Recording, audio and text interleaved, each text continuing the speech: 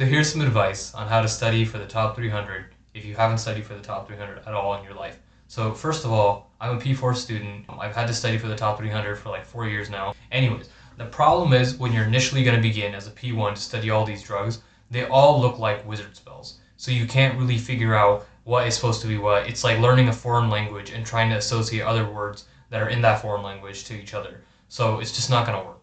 Here's what didn't work for me. So that way you know what to avoid. Or try it if you want. Make the mistake. I don't care.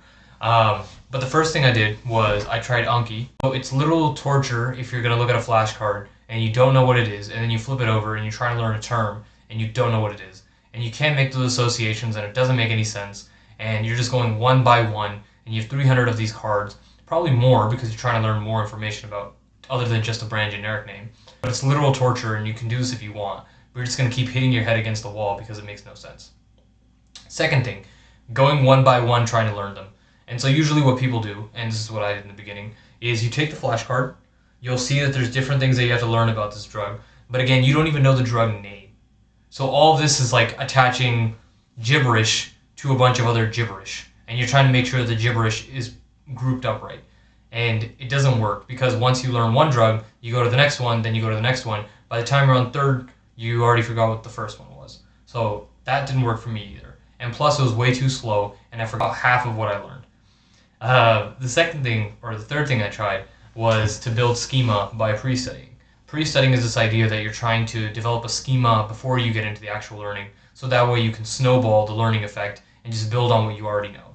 The problem with building a schema is that you're going to try to group them and try to put them into columns that make sense for you, but again, you don't know what half the terms are. So this all looks like gibberish that you're trying to associate with other gibberish, and these words don't make any sense, and none of it makes any sense.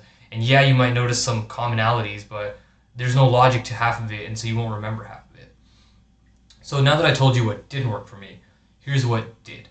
What I did was I used Quizlet, and I ran the Learn feature to do Quizlet.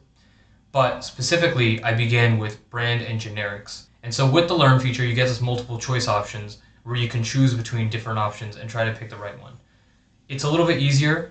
It still looks like gibberish matching to gibberish, but if you can break it down by just brand and generics, it's a lot easier to learn. I'm not going to say it's going to be easy, but it's a lot easier to digest than if you were to do it any other way.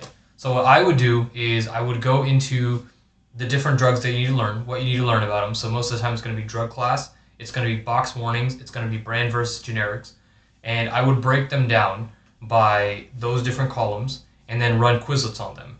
And I would just run Quizlet, not trying to master everything, not trying to memorize everything, but just to learn the association and get like a fingertip feel like, okay, I can kind of sense that this is what it might be.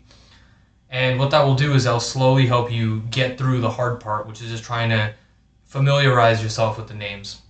And the second thing that worked for me, call me crazy, but what I would do is I would make a story out of it. So for example, there's a drug that's an ACE inhibitor. It's called Benazepril. The brand name is Low Tension. So what I would think of is if I was to be a nose in April, I begin to think immediately of April weather, nice calm breeze, nice cool breeze, springtime, and I would think, oh, I'd have low tension. So low tension, be a nose in April. And I kid you not, to this day, whenever I see Benazepril, I immediately think low tension because I made that association. So I would try to do this with all the drug cards and try to figure it out.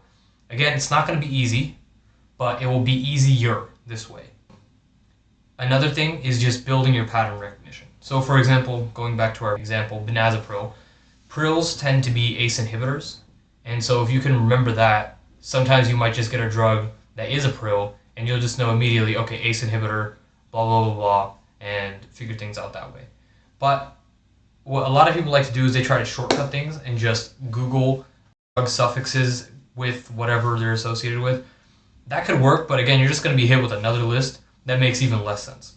So what I would do is I would try to figure this out organically as you're doing the drug cards because you're going to retain it better. And that way, you can just trust yourself and retain things.